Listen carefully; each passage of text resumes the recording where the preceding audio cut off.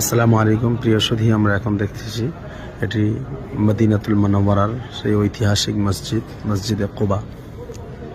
হযরত মুহাম্মদ মুস্তাফা সাল্লাল্লাহু আলাইহি সাল্লাম মক্কা থেকে মদিনায় হিজরত করে আবু আইয়ুব আনসারী রাদিয়াল্লাহু তাআলা আনহুর বাড়িতে অবস্থানকালীন সর্বপ্রথম মদিনাতুল মুনাওয়ারায় যে মসজিদ স্থাপন করেছিলেন এটি সেই মসজিদে কুবা।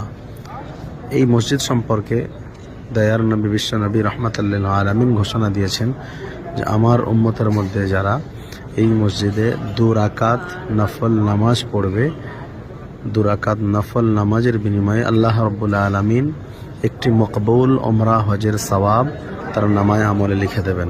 কত বড় সৌভাগ্যের! আল্লাহর অশেষ মেহেরবানি। হাসানাইন ট্যুরস অ্যান্ড ট্রাভেলসের পক্ষ থেকে যে সমস্ত হাজি সাহেবরা এসেছিলেন তাদেরকে এই সমস্ত মদিনা শরীফ, মক্কা শরীফ জিয়ারত করানো হচ্ছে।